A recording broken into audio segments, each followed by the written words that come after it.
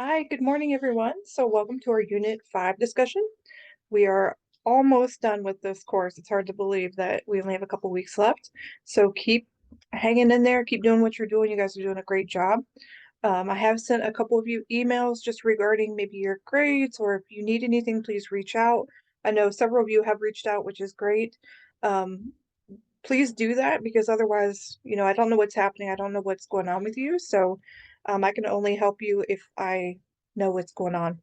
All right. So this week we're going to talk about assembly and packaging and sterile processing. There's a lot that goes into this topic. There's so many different types of packaging materials. And so our objectives here for Unit 5 is talking about those prepping and packaging items that we will use to sterilize different instruments, items, etc.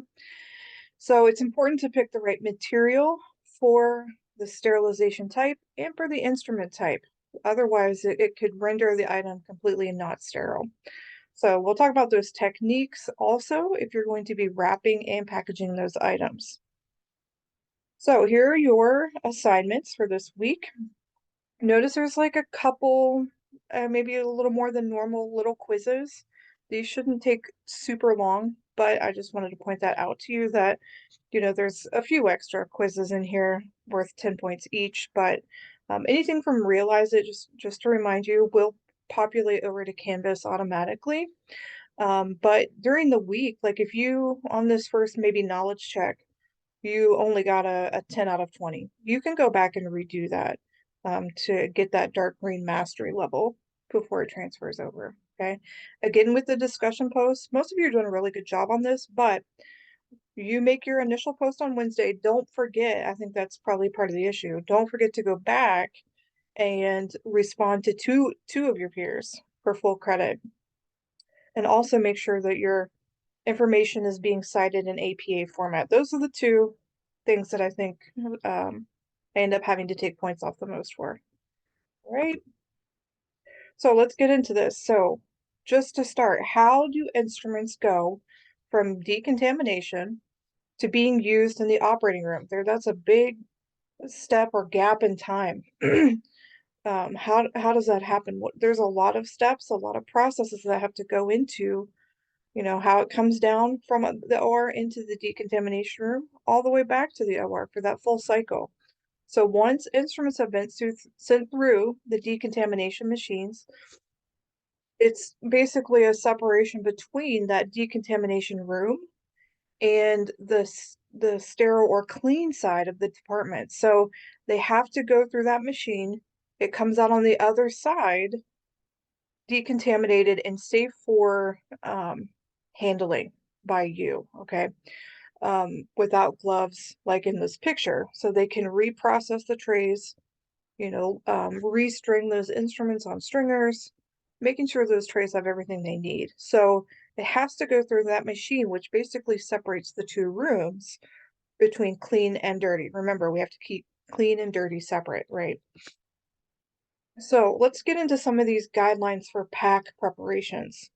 So the first thing is you're going to have some sheet that tells you what needs to be there, okay? We're not just going to go all willy-nilly with these types of things, right? Because surgeons request certain things. Each surgery requires specific items. So there will be what we call a count or a pick sheet or a preference card. Some facilities call different things available for whatever it is you're preparing. So make sure that you have the correct pick sheet for the right surgeon, for the right surgery. There's a lot of things that go into that, okay? So it does say that the tray requirements are typically set by the surgeon or the OR staff that works with that surgeon a lot. So that might be someone's job in the OR to make sure all those pick sheets, preference cards are up to date for each of their surgeons in that specialty, ENT, cardio, general, whatever. Surgeons often will request very specific things that they want for those particular surgeries. And then they'll get put on a preference card. Usually it's done digitally. Anymore, everything's kept on the computer. That it's easy to update and then you can print them right off.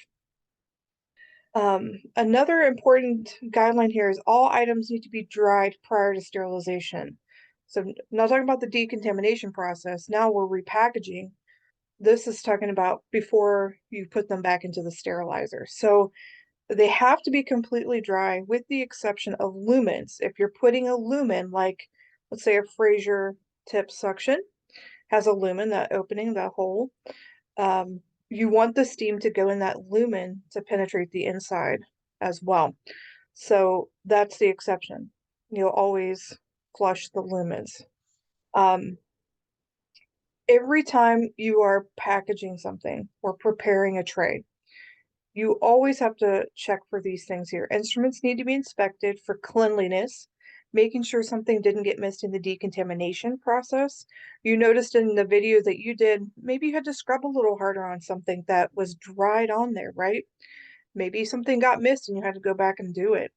So always check to make sure nothing got missed in the decontamination process, especially things like, dried bone that can get in those crevices or the box lock are really sometimes hard to get out or easy to miss. Always check for functionality. Are they working the way that they should? Right? If you send a pair of scissors that don't open very well back in that tray to be sterilized and sent back up to the OR for that surgeon who's trying to work on this patient without scissors that don't work, with scissors that don't work, they're going to they're going to get mad. Okay. And it's not going to be a good, effective outcome for that patient. We want instruments that are working properly for the best result for our patients. So it's very quick and easy to check for functionality every time you pre-package something. Always check for damage. So things like maybe chips, like a little crack, the tip of something maybe got chipped off or broken off. Check for those things visually as you're packaging them back up, because you don't want to send damaged items back to be sterilized. Also, make sure all parts are present.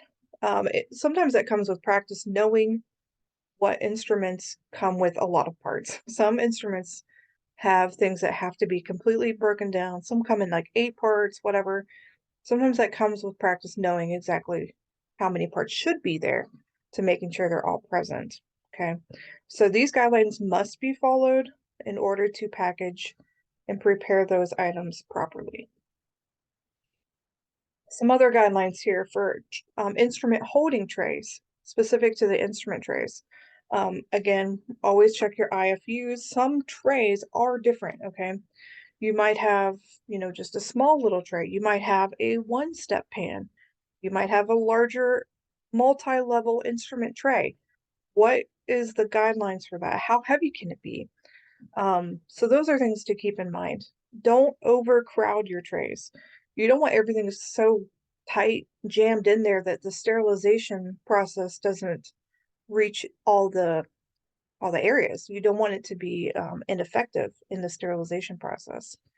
And typically, the maximum for any tray is going to be about 25 pounds. Okay, otherwise, it's not going to be sterilized effectively as well. Again, protect instruments from damage. So, kind of goes back to how we talked about decontamination. How do we process those? You want to keep the delicate light instruments on top with the heavy instruments on the bottom. Same thing when you're re-stringing or repackaging instrument trays. You don't want to put those delicate forceps underneath the heavy bone cutter, right? So think about those things. Hinged, and this is super important, hinged instruments like a hemostat, Kelly, Coker, whatever, remain unclamped. They cannot go through the sterilization process ratcheted shut, clamped shut, because that sterilizer will not get into that area that has been clamped shut. So you want the sterilant to reach contact all areas of that instrument so it can be rendered sterile. So what I would recommend is as you're stringing them back up or whatever your facility uses, first make sure they're unhinged, but right before you put the lid back on, I would go back through and double check, because as you're moving things around in the tray, sometimes it's easier for just maybe one little hemostat to get just clamped shut, just one ratchet, and then the whole tray theoretically would be considered contaminated at the end. So double check those. Those are easy to kind of like accidentally clamp. And also remember this little fan here, okay? This stands for functional, accurate, and neat. You want your trays to be functional because the person who's going to go use that is going to be in surgery, right? They are going to be put under stress anyway. And if you can help them out by making sure that that tray is organized, neat, functional, and accurate, it's really going to make their jobs just that much easier under stress and in surgery. All right, so let's talk about chemical indicators, or sometimes they're abbreviated CI. So a chemical indicator is a type of quality assurance measure. So here's a picture of what some of these chemical indicators might look like. They come in a lot of varieties. Sometimes um, maybe they're orange or green in the middle, but it's the same concept. If you just look at this gauge here, as it goes through the sterilization process, if this black bar gets into this accept region, then what it means is that conditions for sterility have been met. Okay. What it does not mean is that it is 100% for sure sterile. The only way, remember, the only way to make sure that something is considered sterile is by a biological indicator, not a chemical indicator. Okay. Not this. This just shows you the conditions were met. So it met that, let's say 270 degrees Fahrenheit for however many minutes, right? That's the conditions we're talking about.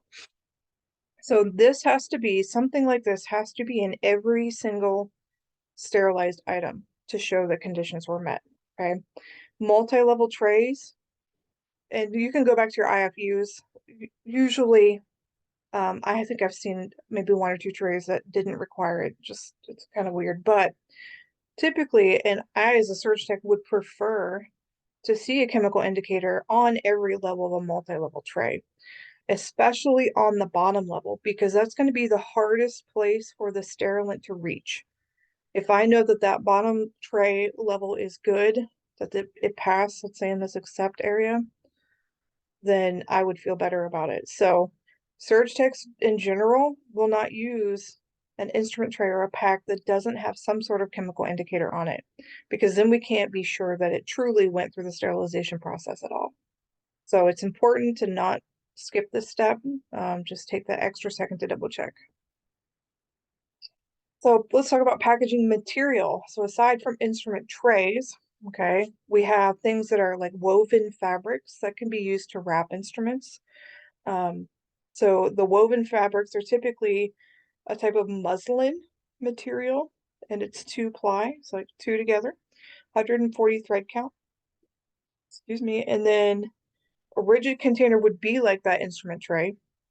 Sometimes we call these caskets, for lack of a better term. An instrument casket is that hard outer container with the instrument tray in the middle. Um, these can be completely sealed. The lid comes off. Typically the outside is steel, aluminum, or plastic. And it, like I said, it has an inner basket that holds the instruments.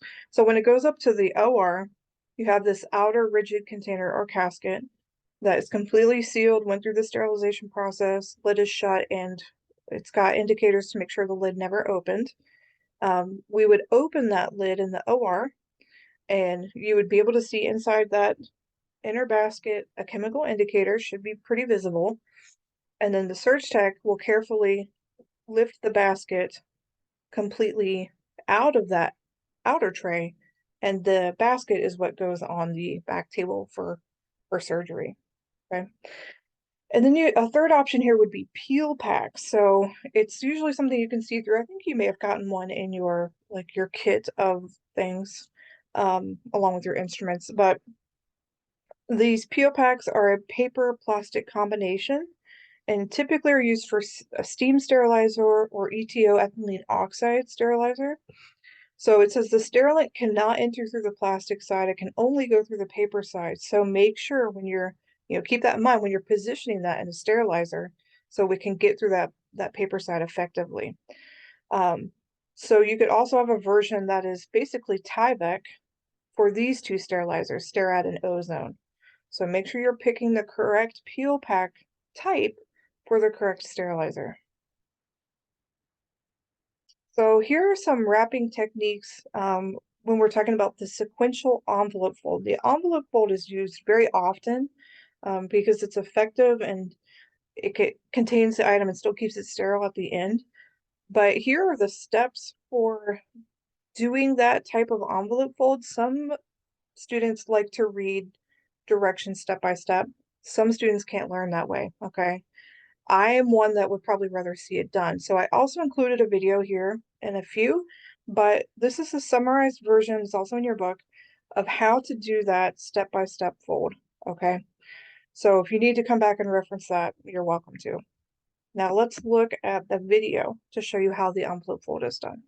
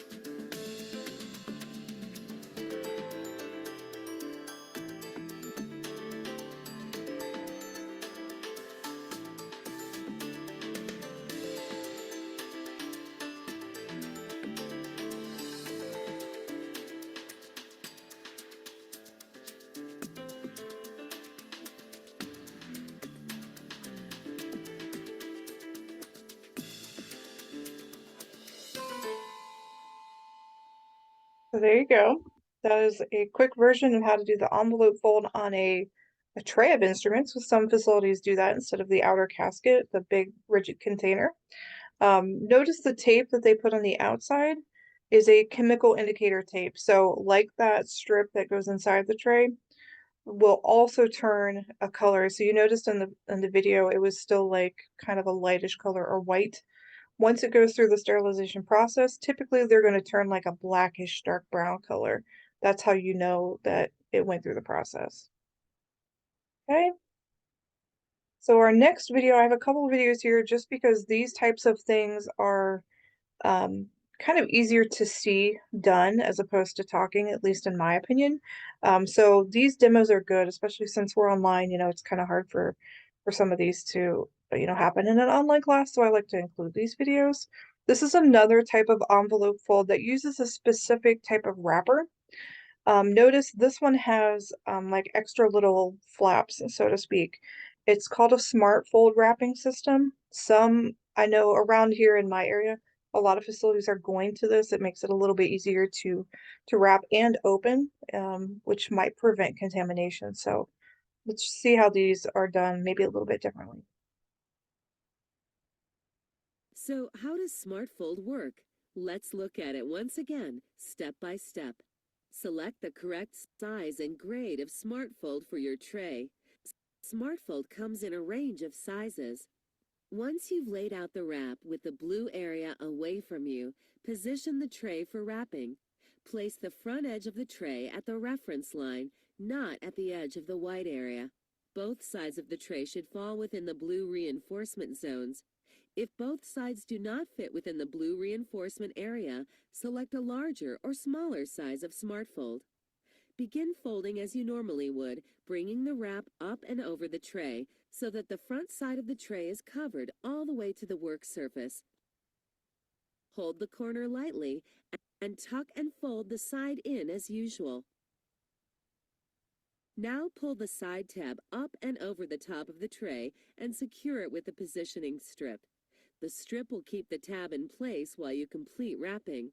Repeat the process from the other side, again patting the side tab into place on top of the tray.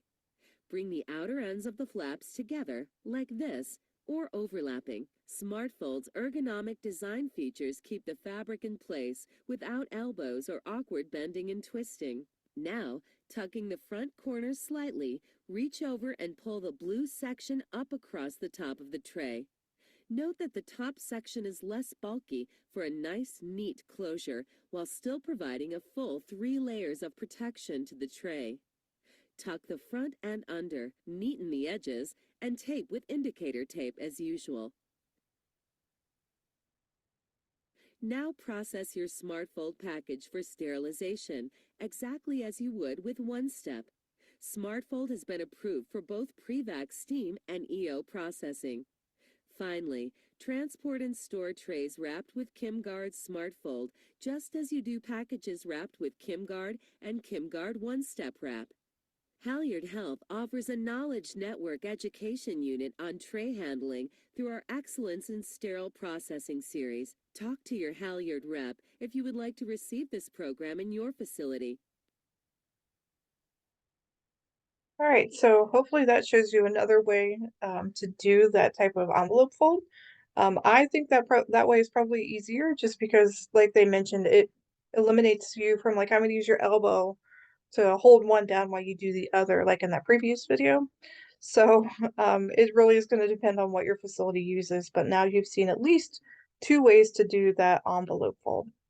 Okay, so let's go on. I have one more video here to just talk about, let's see here. Oh, sorry, a little click happy. But this video is just talking about a couple different um, techniques that you can use for making sure that your wrapping is effective, what to look for in wrapping that wouldn't be effective, or things that may indicate that the wrapper isn't sterile. So there's a lot of good information in this video. So I want you to watch this and we'll talk about it here in a few.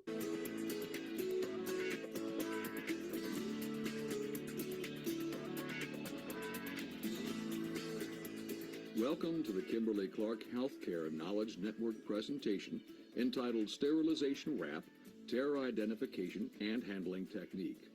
This is one of our Excellence in Sterile Processing programs that addresses critical issues in healthcare. At the end of this continuing education program, you should be able to list 3 factors that can compromise the sterility of a wrapped package, identify the types of tears that can occur in wrapped packages, describe the possible causes for these tears, and discuss proper tray handling technique that will assist in preventing these tears.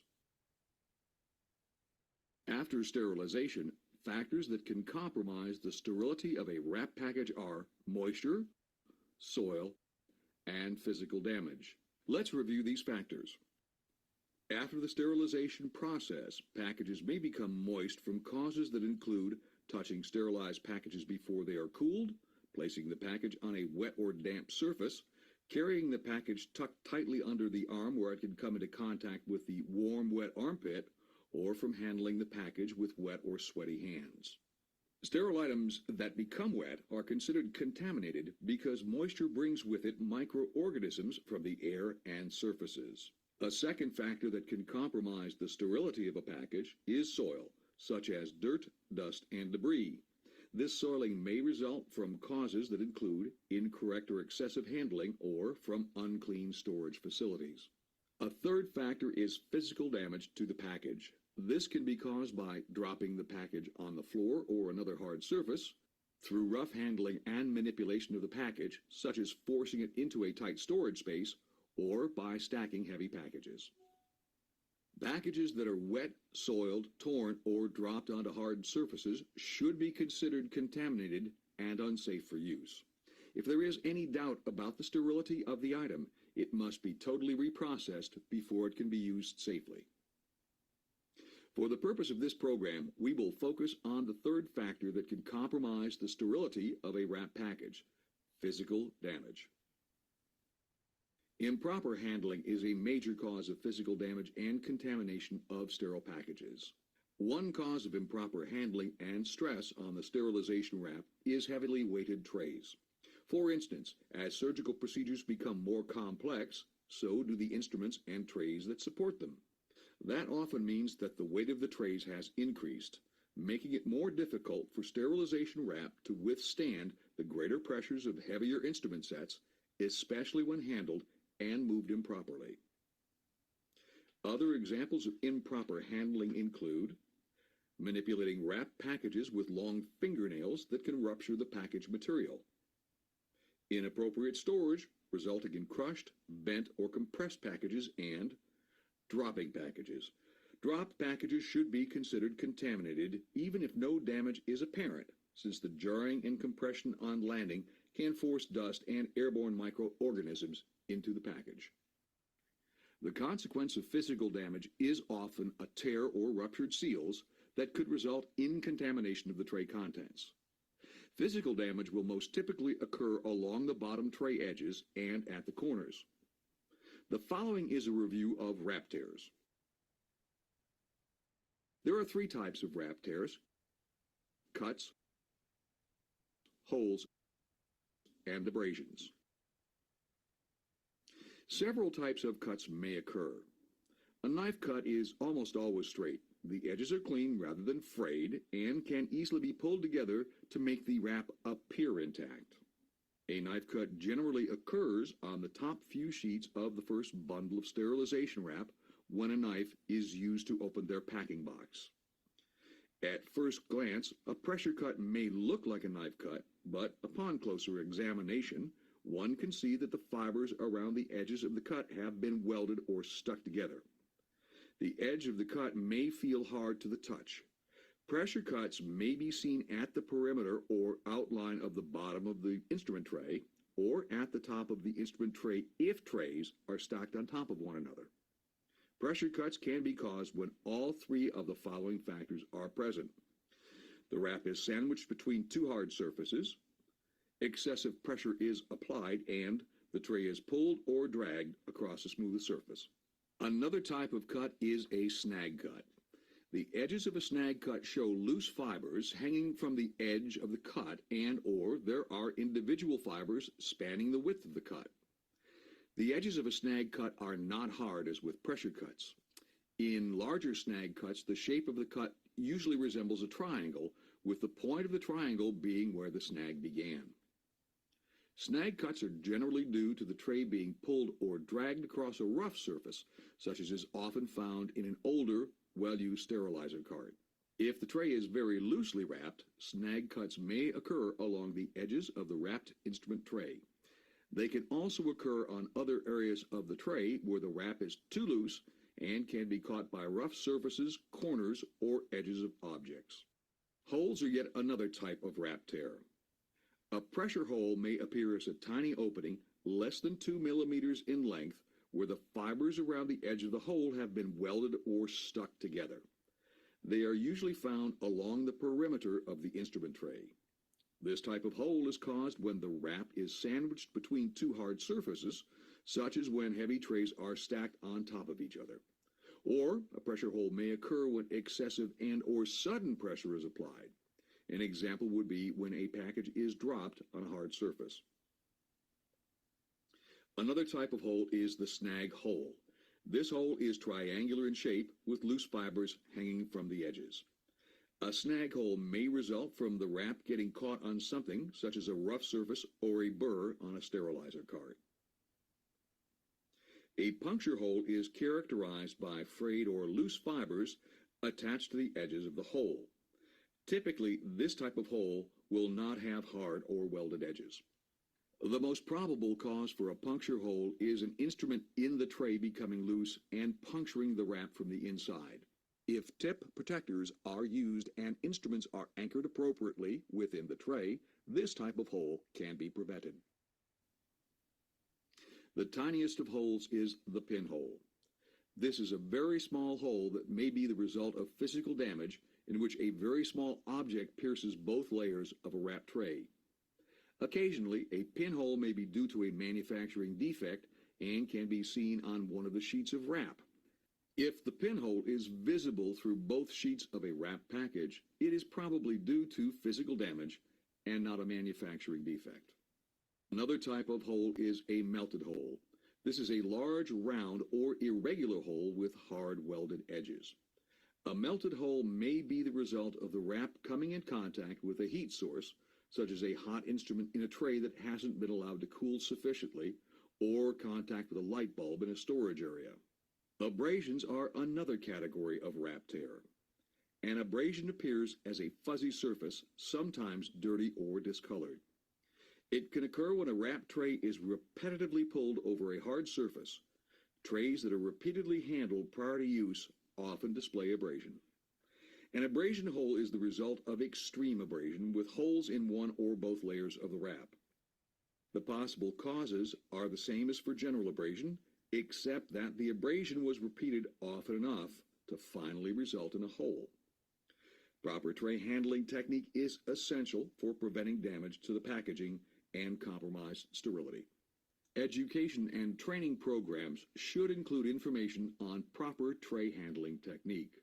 Continuing education should be provided at regular intervals to review and update worker knowledge and skills and to maintain their competency. All orientation, on-the-job, and in-service training should be documented. All central services personnel should maintain a high level of personal hygiene. Hands should be washed or hand sanitizers used as appropriate. Fingernails should be short to reduce the microbial load under the nail and to minimize the potential for rupturing packages and pouches in a way that will contaminate them. Written policies on personal hygiene should be developed, communicated, and enforced. When wrapping, use the correct size wrap for the size and weight of the tray. Always wrap lighter trays and textile packages in lighter sterilization wrap and wrap heavier trays in heavier wrap. This is not only cost-effective, but it reduces the possibility of wrap tears. Do not wrap the tray too tightly. Also, avoid using an excessively large wrapper which may inhibit sterile penetration and release, or may result in excess wrapping material that can catch on surfaces. Trays with small feet or other protrusions should be cushioned before wrapping. And do not overload the tray with instruments. According to AAMI guidelines and AORN recommended practices, the total weight of instrument containment devices should not exceed 25 pounds, including the contents and the containment method. Avoid touching sterile items fresh from the sterilizer until they've cooled. Packs should not be touched until they are cool because hot packs act as wicks, absorbing moisture and therefore bacteria from the hands.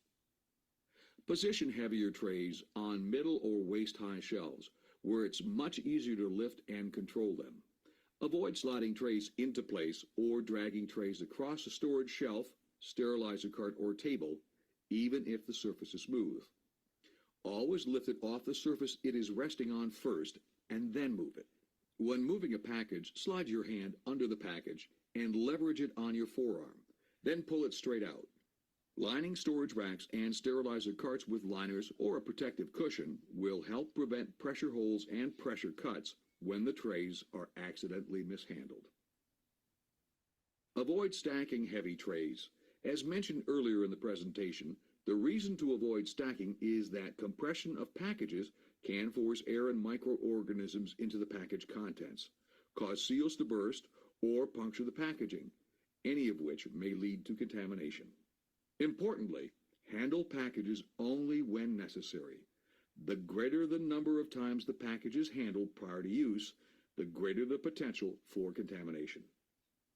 Sterile packaged items should be transported in a manner that will protect the items from puncture and from contamination by moisture, excessive humidity, condensation caused by exposure to temperature extremes, insects, vermin, dust and dirt, excessive air pressures, and microorganisms.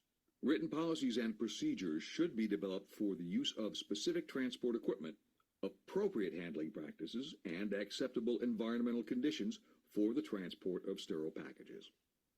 It is essential to inspect sterilized packs for damage before issue and use. Central Service is responsible for delivering intact packages, which are inspected before leaving the CS department. Perioperative personnel should also inspect the package before use. According to the AORN standards regarding practices for selection and use of packaging systems for sterilization, quote, the end user should visually inspect the package or container before opening, for package integrity, such as free of holes in fabric or paper and effective seal in containers. Remember, in addition to wrap tears, if a package is exposed to moisture, it must be reprocessed. Or if it has fallen or been dropped on a hard surface, it must be reprocessed unless the package is heat sealed in impervious plastic and the seal is still intact. If tearing is a recurrent problem, pay close attention to determine if it's the result of a specific issue. Inspecting and identifying the type of tears may determine the cause and location of the occurrence. Knowing both the type of damage and where the damage occurs helps in selecting the best solution. Some solutions may include going to a heavier strength wrap, breaking down heavy weighted or awkward instrument sets into more than one package, using cushioning materials, or possibly utilizing transport trays or shelf liners. In summary, sterilized wrap packages should be handled carefully to prevent contamination of the contents. This contamination may result from moisture, soil, or physical damage. In this program, we focused on physical damage that included 3 types of tears: cuts, holes, and abrasions. In order to prevent physical damage and tearing, excessive handling, dragging, sliding, crushing, bending, compressing, or puncturing of a package should be avoided. Packaging should be inspected thoroughly for compromised sterility before issuing and use. And if damage does occur, determine the hows and whys, and take corrective steps to prevent similar damage in the future. And remember, if there is any doubt about the sterility of an item, it must be reprocessed before it can be safely used. This concludes our presentation on sterilization wrap, tear identification, and handling technique. If you have not already signed in, please do so. Your program facilitator will now provide you with a post. All right, so hopefully that gave you a lot more insight into the wrapping and handling techniques, because, you go through this whole process of making sure that you decontaminated properly, that you've restrung the instruments properly, you have it all in the tray, you put it through the sterilizer, but once it's on the shelf ready to be used, if it wasn't handled properly, you just negated all of that hard work and it has to be redone again. So not only can it be a safety issue for your patient, it can be cost effectiveness, or we talk about hospitals going green. This could be part of that, because you would waste all of this material to redo it. So make sure that you understand not just how to sterilize or decontaminate something properly, but how do you handle it after it's gone through those things. Those are just as important as the previous 2 topics. So hopefully that was beneficial to you. You got to see, just exactly what those tears, etc., would look like. Oops, sorry. So this is the end of our Unit 5 discussion. If you guys have any questions, please reach out. You guys are pretty good at sending emails or whatever, quick questions. I try to get back to you as soon as I can. I do have office hours today from 12 to 2.